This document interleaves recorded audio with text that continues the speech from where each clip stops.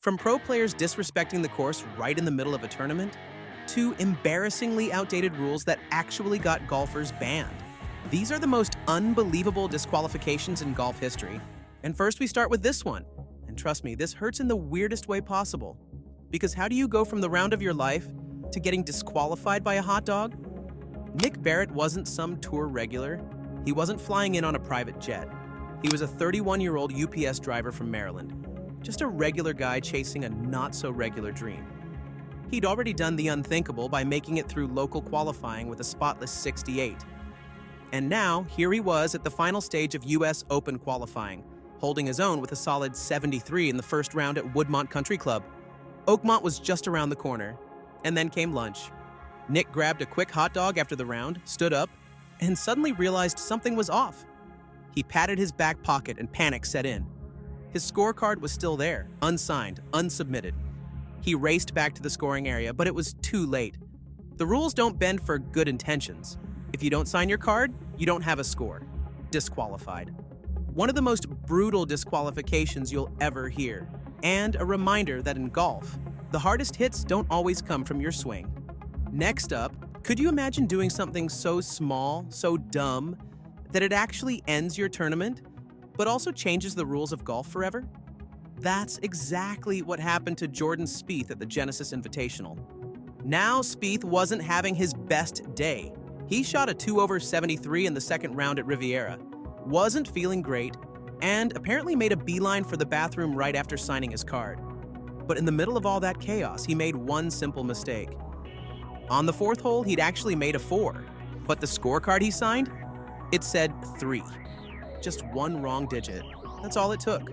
And in the PGA Tour's rulebook, that's a death sentence. Signed for a lower score than you actually made? Boom, automatic disqualification. No warnings, no do-overs, just pack your bags and go home.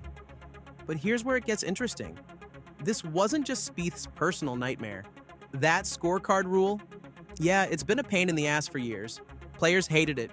Fans hated it. Everyone knew it was harsh, outdated, and honestly, kind of ridiculous in the modern game. So what did they do? The PGA Tour actually changed this shitty rule. Spieth's mistake was the straw that broke the camel's back. But luckily, players now get a 15-minute grace period to correct scoring mistakes, even if they've already left the scoring area. Which brings us to one of the most bizarre and flat-out disrespectful moments the Masters has ever seen. And somehow, it didn't end in a disqualification. Jose Ballester, a 21-year-old rookie making his Masters debut, had a golden opportunity to announce himself to the golfing world. But instead of turning heads with his swing, he made headlines for something way more personal. It all started with a hat, literally. Ballester showed up wearing an upside-down Sun Devils cap, a quirky nod to his college days at Arizona State. Some fans found it funny. Augusta? Not so much, but hey, it was harmless at first. Then came the moment that sent the online golf world into full meltdown. Mid-round, hole 13, Rays Creek. Ballester needed a bathroom, but instead of heading to the nearest porta potty, the guy reportedly whipped it out and relieved himself right into Rays Creek, Augusta's sacred water hazard. The same creek where legends have won and lost the green jacket. The reaction? Instant fury. Fans online demanded a DQ on the spot. Some called it disgraceful, others disgusting, and one fan pretty much summed it up. Not only did he wear that atrocious hat, he pulled his hog out in front of the patrons, ban him for life. Ballester tried to brush it off, saying he completely forgot there were restrooms nearby and joked that it got one of the few claps he received that day. But the damage was done. The internet had already dubbed it Ballester's Stream. Next up, something happened on the 17th hole that seemed harmless, barely noticeable, really. Just a quick hand gesture, but what it meant. That's where things unraveled fast. During the first round of the Memorial Health Championship, Cole Hammer glanced over and saw Nelson Ledsma's caddy flash 4 fingers, a quiet signal that his player had hit a 4-iron. Hammer gave a nod and flashed his own club in return like a quick, "Yep, same here." That's it. No words, no drama. But the next day, everything changed. Hammer couldn't shake the feeling that something about that moment crossed a line. He brought it up to officials, just to be safe. And once the Korn Ferry Tour reviewed it, They made their decision. That brief exchange had violated Rule 10.2a, which strictly bans players or caddies from giving or receiving advice during a round. By the 6th hole of round 2, officials stepped in, and the result was immediate. Both players were disqualified. Golf, the only sport where flashing 4 fingers can cost you your entire weekend. Up next, something absolutely strange happened during the final qualifier for the 2025 Open Championship. One moment, the field was set at 72 players. The next, it was down to 71, and no one knew why. Everything was unfolding at West Lancashire Golf Club, where a stacked group of hopefuls, many of them live pros, were battling for just 5 spots at Royal Portrush. Among them was Sam Horsfield, a 28-year-old Englishman with 3 DP World Tour wins and a live golf contract in his pocket. But while others were trying to go low, Horsfield was sinking fast. After a disastrous 7 over 43 on the front 9, something clearly snapped. And then he vanished. No official notice, no message to the marshals, no word to playing partners. He just walked off the course mid-round without telling a single soul. That silent exit triggered an automatic disqualification from the R&A, an abrupt and baffling end to his attempt at qualifying. Horsfield later tried to explain the situation on Instagram, but the damage was done. Because when the pressure's on, disappearing without a word probably isn't the best game plan. Next up, how do you get disqualified from a major without even breaking a rule yourself? Well, just ask Ana Pelaez Trevino, because her week at the AIG Women's Open ended thanks to something her caddy did. Now, Pelaez Trevino was doing just fine out there at St. Andrews, right on track to make the cut and stay in the hunt. But then, on the 10th hole, her caddy pulled out a distance measuring device, a rangefinder, and at most LPGA events, that's totally allowed, but not here. This is the AIG Women's Open, and at this major, DMDs are strictly banned. That first offense cost her 2 penalty strokes, painful but survivable. But then, he did it again on the 18th hole. That second violation? Automatic disqualification. Ana didn't even get a say in it. Her caddy's mistake sealed her fate, and just like that, she was out of the tournament. What made it even more brutal is the confusion. Rangefinders have been legal at the Women's PGA Championship since 2021, and they're fine at most LPGA stops. But this one event? Different rulebook. And unfortunately, her team didn't get the memo. And now, we're at this next one. And trust me, this one stings a little more when you realize it happened in front of the home crowd. Emilio Gonzalez, a rising Mexican pro, had a golden opportunity to make a statement at his country's own Worldwide Technology Championship. But instead of making headlines for his golf, he was booted from the tournament for what the PGA Tour called serious misconduct. So what happened? It all went down on the 15th hole. Gonzalez hit his tee shot into the desert, then played a provisional just in case. His group found a ball within the 3-minute search window. So far, so good. But here's where it went sideways. Instead of taking a proper look to confirm if it was his original ball, he just played the provisional and moved on. That little shortcut? Yeah, that's a big no-no in the rulebook. After a review, officials ruled that he hadn't made a reasonable effort to identify the ball. And that was enough to slap him with an immediate DQ. Not just a regular one either, a serious misconduct disqualification. It's one of the harsher rulings you'll see on tour, especially when no one's accusing you of cheating. Just being a little careless. In the end, Gonzalez's mistake wasn't just about a ball in the desert. It was a brutal reminder that in pro golf, cutting corners, even slightly, can get you cut from the tournament entirely. And here we are with a ban that didn't come from a broken rule or an on-course meltdown, but from a battle much bigger than that. The war between live golf and the rest of the golf world. And caught right in the middle? Sergio Garcia. The 2017 Masters champion shocked fans in 2022 when he jumped ship and joined live golf. The paycheck? Massive. The consequences? Even bigger. By making the move, Garcia violated his DP World Tour membership obligations, something the tour didn't take lightly. He refused to pay the fines, missed mandatory events, and basically burned every bridge on his way out. The result? He was banned from competing in DP World Tour events and declared ineligible for the Ryder Cup. But in 2024, the script flipped. Garcia reapplied for membership and came crawling back with a check. He paid over $1 million in fines and fees just to get reinstated. And even then, He'll still have to serve out suspensions before he's allowed to tee it up again in 2025. Now he's chasing a shot at his 11th Ryder Cup appearance. But make no mistake, he's not walking back in.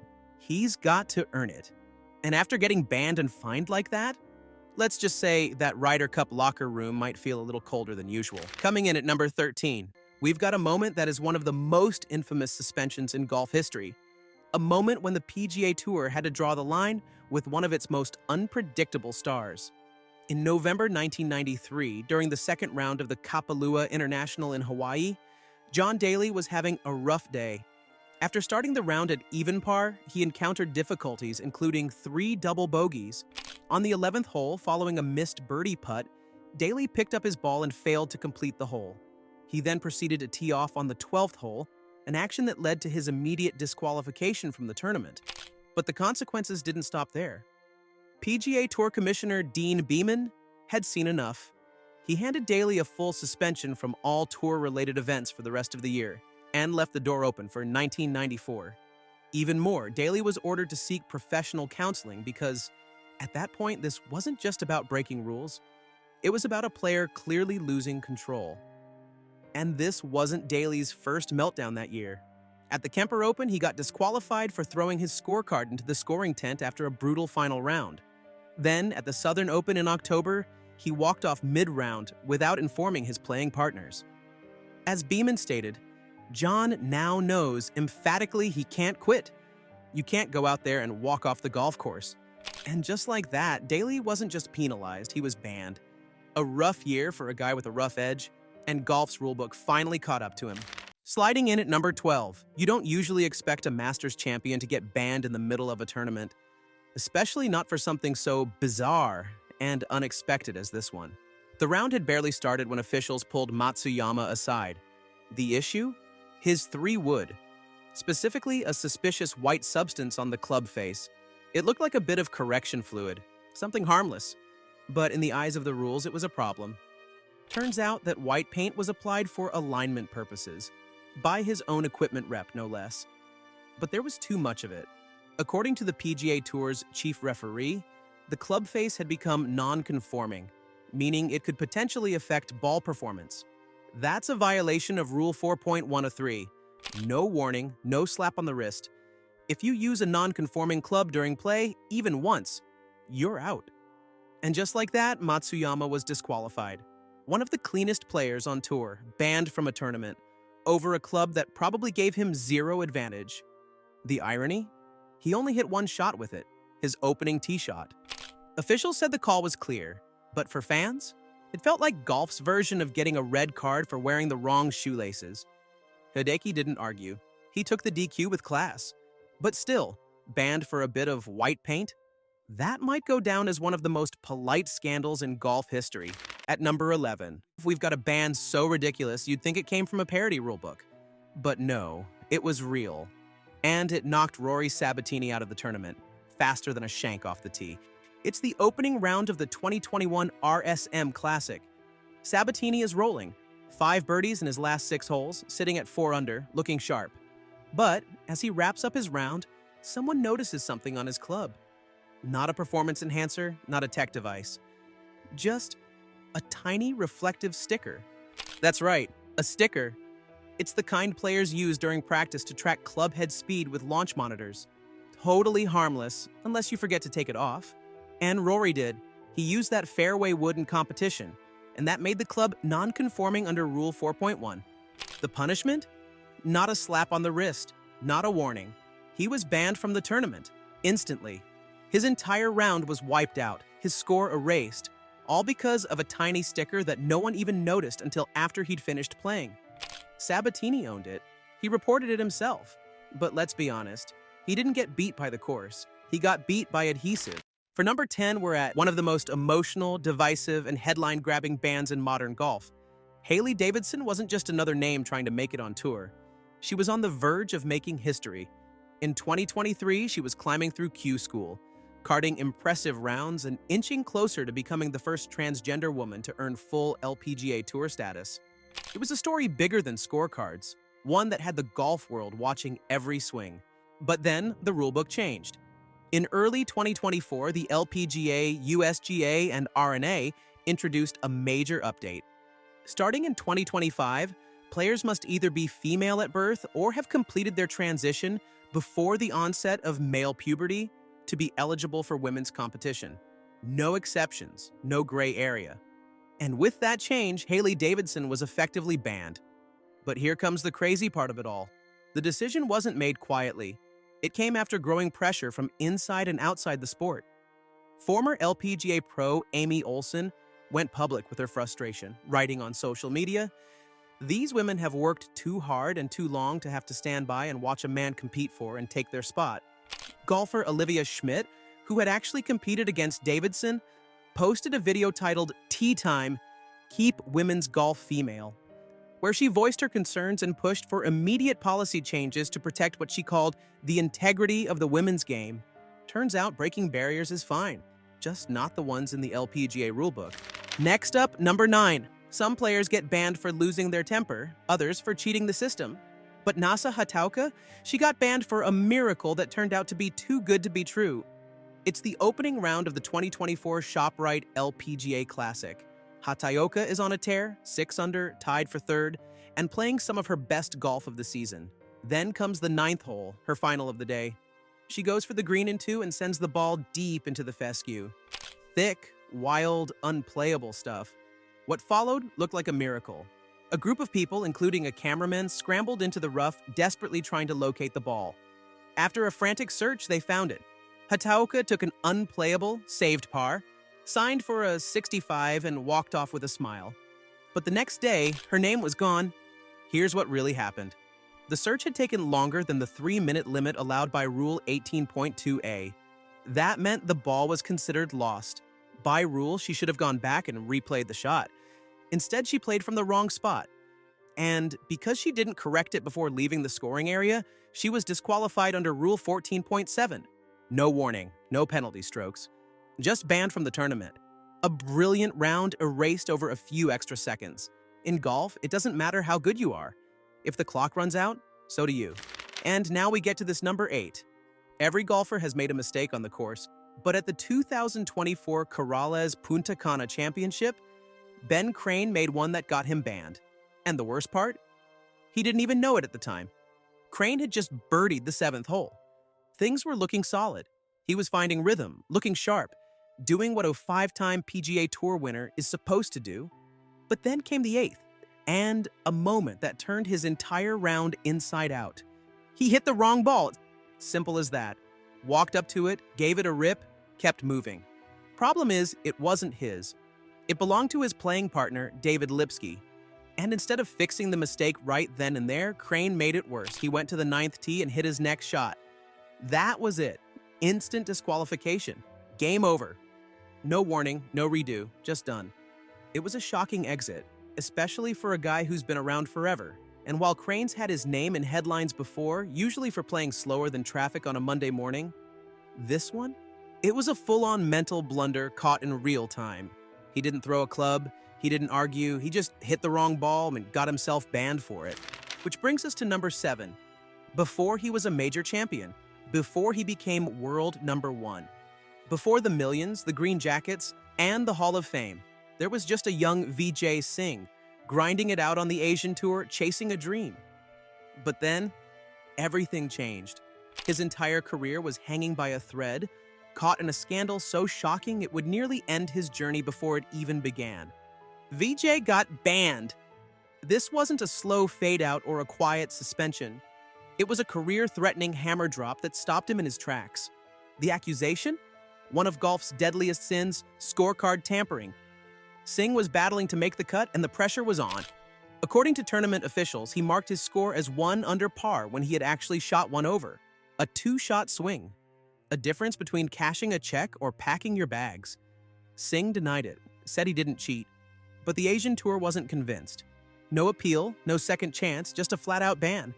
In the blink of an eye, Vijay Singh went from chasing his dream to being shut out of the very tour he was trying to build a career on. And the craziest part? Even after racking up over $70 million in earnings and becoming one of the greatest golfers of his era, This one moment from the 80s kept following him around like a bunker you just can't escape. Now, number 6.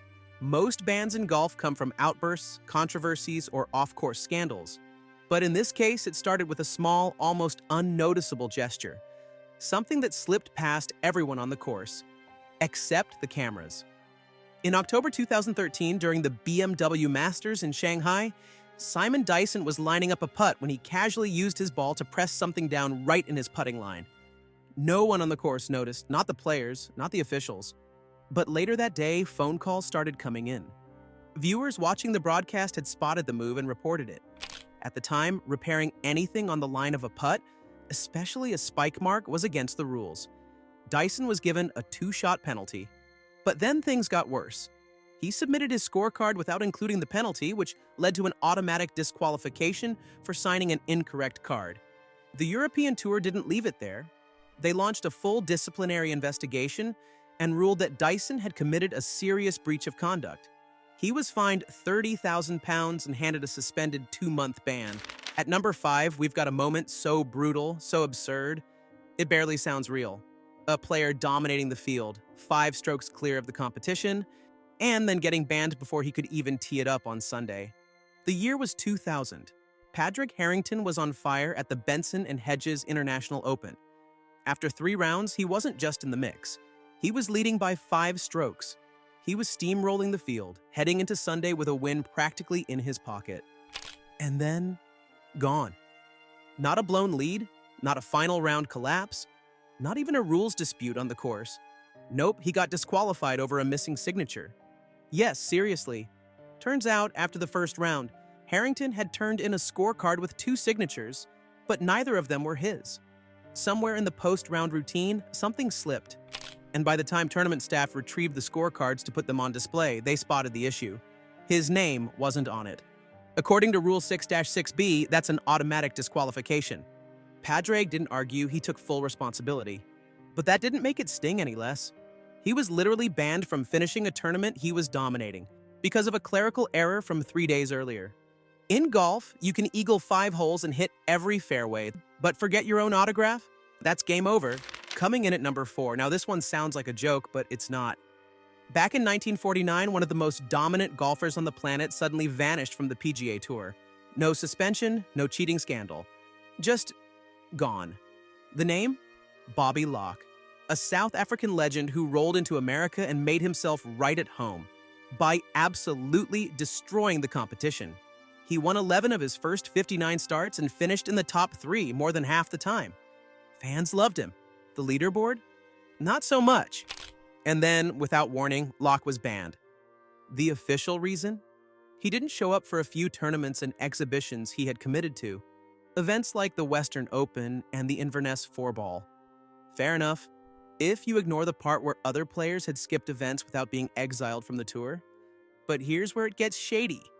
Behind the scenes, whispers started flying. Players were frustrated. Locke was too good, too consistent, too unbeatable. Even 1948 Masters champ Claude Harmon said it outright. Locke was simply too good. They had to ban him. That's right, this might be the only case in golf history where winning too much got you kicked out. The ban was lifted 2 years later in 1951, but Locke never came back. He stayed in Europe and South Africa, racked up even more wins, and let the PGA Tour deal with its bruised ego. All right, on to the next one. Here we're looking at an unbelievable moment that stunned the golf world. A teenage phenom, center stage at her first pro event, only to be suddenly banned before she could collect a single dollar. It was 2005 at the Samsung World Championship, and Michelle, just 16 years old, was making headlines as a phenom ready to take over the golf world. But what should have been a historic moment quickly spiraled into a nightmare.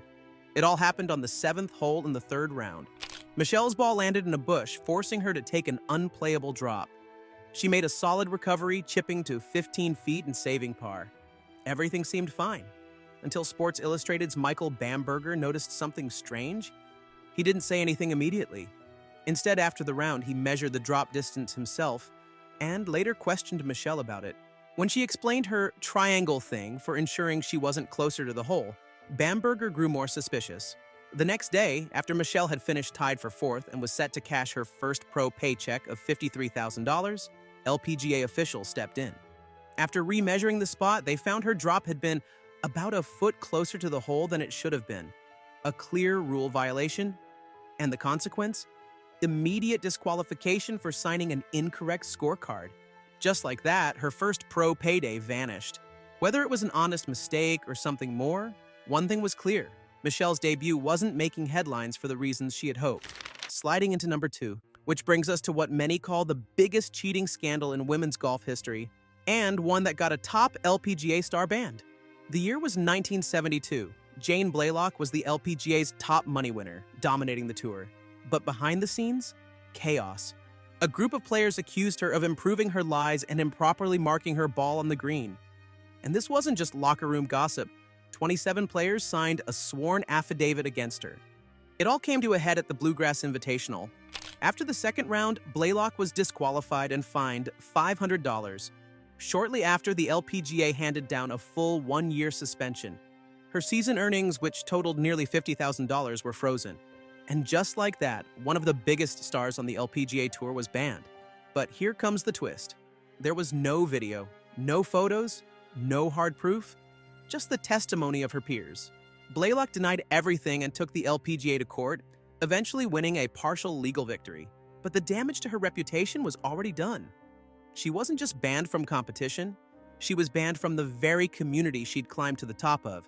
And when 27 players turn against you, that's not just a suspension. And finally, the big number 1. We rewind to 1987 and the San Diego Open at Torrey Pines. Craig Stadler, aka the Walrus, was tied for second place after 72 holes, just 4 strokes behind the winner, George Burns. But as he walked off the 18th green, a PGA Tour official approached him with shocking news. During the third round, Stadler had hit his tee shot on the 14th hole under a tree. To take his next shot, he needed to kneel down, so he placed a towel on the wet ground to keep his pants dry. What seemed like a reasonable move turned out to be a violation of Rule 13-3, which prohibits building a stance for a shot. Someone had reported the violation to the PGA Tour after seeing it on TV, and after reviewing the footage, officials determined that Stadler had broken the rule. Since he hadn't assessed the required 2-stroke penalty before signing his scorecard, he was disqualified from the tournament. The disqualification cost Stadler more than $37,000 in prize money and a second-place finish, making it one of the most talked-about rules infractions in golf.